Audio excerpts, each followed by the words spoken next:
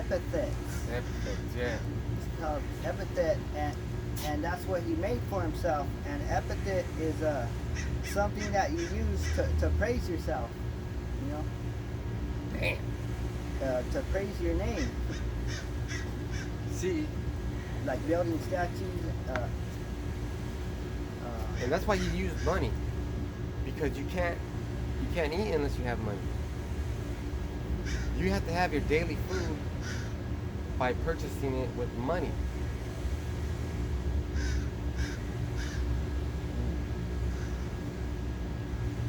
So that's how the Revelation tells you that this devil's gonna force people to worship the image of the beast. Force you to worship the image of the beast.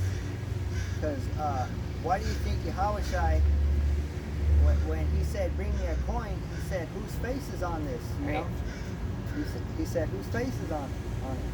Man. That's how you know that's who the wicked is. That, you know, he was pointing it out right there. Because when on this coin it says the arrow on the left hand side of the left coin points to the phrase Theos Epiphanes, declaring him to be the God manifest. Okay, so on the coin he has a Greek lettering, you know, and it says Theos Epiphanes. So he was all into theophania. So he thought he was the God manifest, you know. He thought he was that cloud, that cloud that gave light, you know, that cloud. Killing. You know? He must have been retarded, because man, in order for him to have gotten his kingdom, Alexander had to die, and the generals had to fight, and murderers and fucking all kinds of fucking people got killed for that shit. He didn't say. He didn't make anybody sit down or give him the throne. He didn't threaten anybody. He got placed there by Yahweh Shem Yahushai. So that's what made him think that. Read 13 and stop that abomination. This is Ecclesiasticus 10 and 13. For pride is the beginning of sin, and he that hath it shall pour out abomination. So pride is the beginning of sin, you know. So if you're saying, you know, I'm proud to be an American, or I'm proud to be this or whatever, that's the beginning of your sin, you know.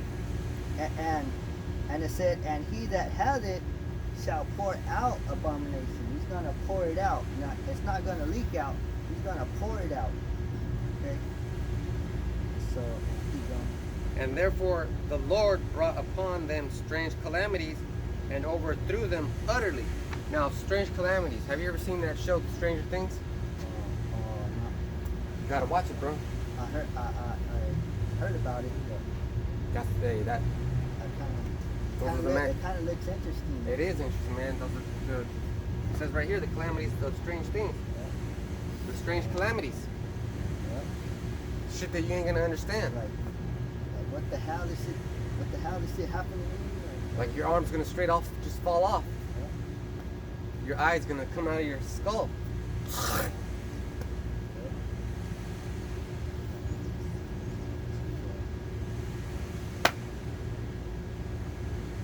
Yeah, so that coin, he was teaching people that he was a god. You know?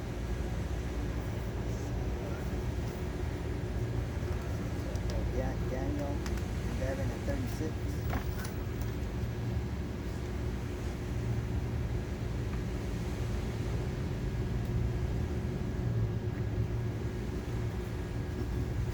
Because in Daniel 11 and 36, it talks about, you know, Antiochus Epiphanes. You know, they don't say his name, but it tells you who he was going to be. And this is Daniel 11 and 36. And the king shall do according to his will, and he shall exalt himself and magnify himself above every god, and shall speak marvelous things against the God of gods, and shall prosper till the indignation be accomplished, for that is determined shall be done. That's right. So he said that he was gonna proclaim himself to be the God of gods. You know. Okay, so that's how you know that he was prophesying about this dude about to do this crazy thing. And then when it happens, the only ones that know are the other Israelites.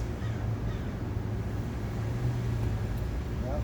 And it said until it said you shall prosper. It said you shall prosper till the indignation be accomplished. So later on in his future, you know, he was gonna get punished and get hit by the Most High. Read the next verse. Verse 37, neither shall he regard the God of his fathers, nor the desire of women, nor regard any God, for he shall magnify himself above all. No regard any God. You know?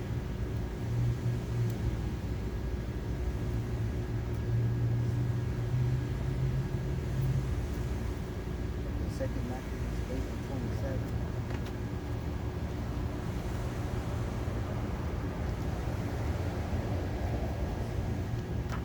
This is second book of Maccabees, 8 and 27.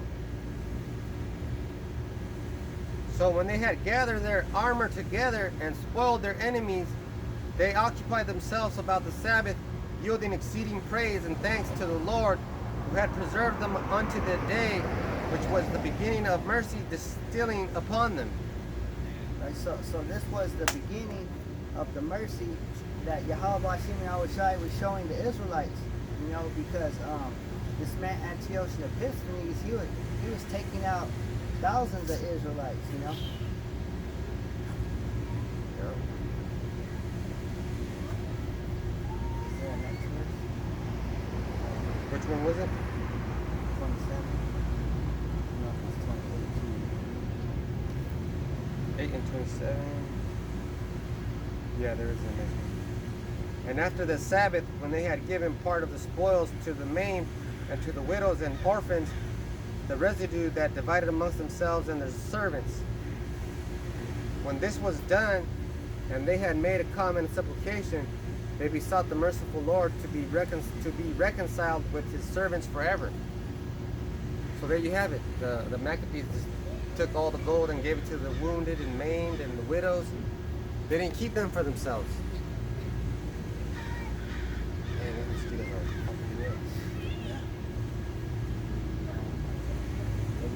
Get a second Maccabees chapter 9 where Antiochus gets one.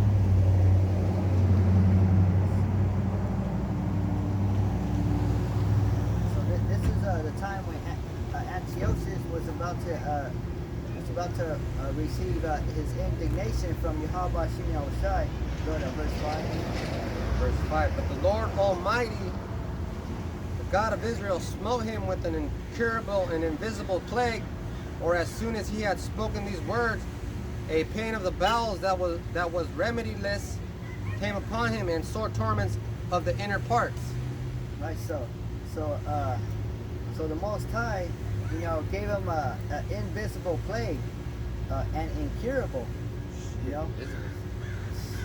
He had pain in his stomach, you know, and that don't feel good because I had pain in my stomach for like 2 weeks and I was throwing up. Man.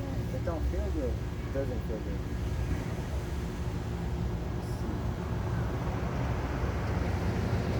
What are these mosquitoes? Keep going. So where was I reading? Verse 5. So this is verse 6. And that most justly, for he had tormented other men's bowels with many strange torments. See, so he did that to other people. He tormented, you know, the Israelites from their bowels because he knew that the law of pork, you know, he knew that the Israelites, they followed the law of pork, so he made them eat pork, you know, forced them. 7. Oh, 9. Verse 9. so that the worms rose up out of the body of this wicked man, and whilst he lived in sorrow and pain, his flesh fell away, and the filthiness of his smell was noisome to all his army. Yeah, so while he was living, worms were coming out of him, you know, out of his stomach. You're claiming to be God. Yeah. And the smell was so it said no, was so noisome to his army. You know, not even his army wanted to go around him anymore. Made him sick. You know?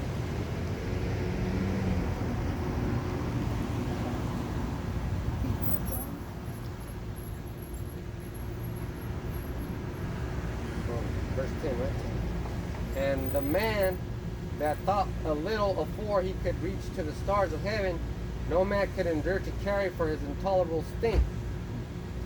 So this man, he thought he could reach the heavens. This man who thought he could reach the heavens, nobody wanted to even carry him. Oh shit, so he was dead and nobody wanted to carry his ass. What kind of God is that?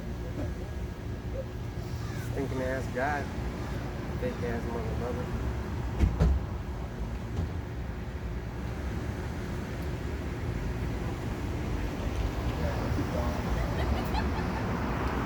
Here, therefore, being plagued, and he began to leave off his great pride, and to come to the knowledge of himself by the scourge of God, his pain increasing every moment. So here it is. His pain got so bad that he wanted to start repenting, you know? But hey, you can't repent if you're a Edomite. He wanted to start leaving off that great pride he had. You know?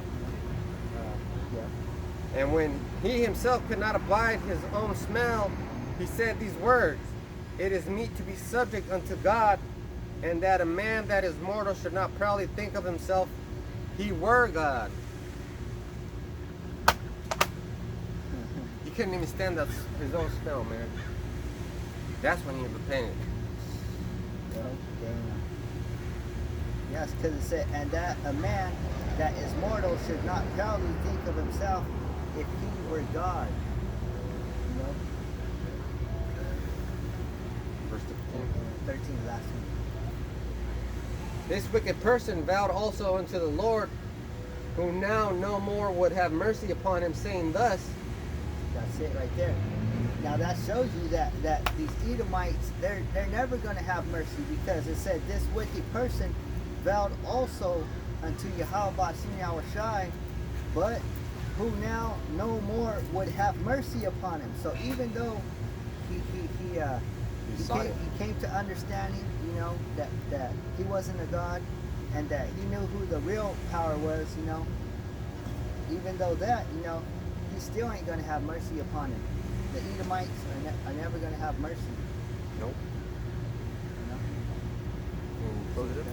So with that, we're going to say, Shalom and Kahalayim, Lai Hal Bashim Yahushai Bahashim Rokakodash. Shalom.